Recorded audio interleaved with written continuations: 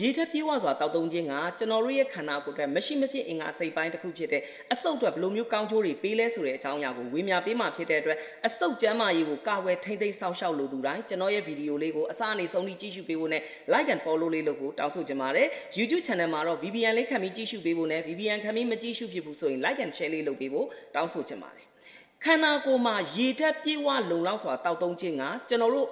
ခန္ဓာကိုယ်အတွက်မရှိမဖြစ်အရေးပါတဲ့အဆုတ်ကလေးအတွက်အယမ်းကိုလိုအပ်တဲ့အချက်တစ်ခုဖြစ်ပါတယ်။ရေဓာတ်ပြေဝခြင်းကအဆုတ်တစ်ခုတည်းပဲအတွက်ပဲလားဆိုတော့လည်းမဟုတ်ပါဘူး။ခန္ဓာကိုယ်ရဲ့တခြားအင်္ဂါအစိတ်ပိုင်းတွေအတွက်လည်းများစွာအထောက်ပံ့ဖြစ်စေပါတယ်။ဒါဆိုရင်ရေဓာတ်ပြေဝလုံလောက်စွာတောက်သုံးခြင်းကအဆုတ်အတွက်ဘယ်လိုမျိုးကောင်းကျိုးတွေဖြစ်လဲ။အဆုတ်ရဲ့လှုပ်ဆောင်ချက်တွေကိုပို့ပြီးတော့ကောင်းမွန်စေတယ်။ပြီးလို့ရှိရင်ကျွန်တော်တို့ရဲ့ကိုယ်ခံစွမ်းအားတွေကိုမြင့်တင်ပေးနိုင်တယ်။ဒါဆိုရင်ဒီရေကတစ်နေ့ကိုဘယ်လောက်ပမာဏလောက်ထိတောက်သုံးသင့်တယ်လဲအနည်းဆုံးရေဖန်ခွက်10ခွက်ကနေ10ခွက်ချတောက်သုံးဖို့လိုပါတယ်လီတာအားနဲ့တွက်မယ်ဆိုရင်တော့2လီတာခွဲကနေ4လီတာလောက်ထိတောက်သုံးဖို့လိုအပ်ပါတယ်ဘလို့အချိန်တွေမှာပို့ပြီးတော့ရေဓာတ်တွေပြေးဝဖို့လိုတယ်ရေကိုပိုတောက်တင်လဲဆိုရင်ကျန်းမာရေးကိုလက်လှုပ်ရှားအားကစားတွေလုပ်တဲ့အချိန်တွေရာသီဥတုအရန်ပူပြင်းတဲ့အချိန်တွေနေမကောင်းဖြစ်တဲ့အချိန်တွေမှာဆိုရင်ရေဓာတ်တွေကပို့ပြီးတော့ပြေးဝလုံလောက်ဖို့လိုအပ်ပါတယ်ဒါကြောင့်မလို့ရေဓာတ်ကိုပြေဝလုံလောက်စွာတောက်သုံးရင်းနဲ့ကျမ်းမာလှပပျော်ရွှင်သောဘဝတွေကိုရရှိပိုင်ဆိုင်နိုင်ပါစေလို့ဆုတောင်းပေးပါတယ်။နောက်ထပ်ဗီဒီယိုလေးတွေမှာဆိုရင်လည်းရေဓာတ်ပြေဝလုံလောက်စွာတောက်သုံးခြင်းအပြင်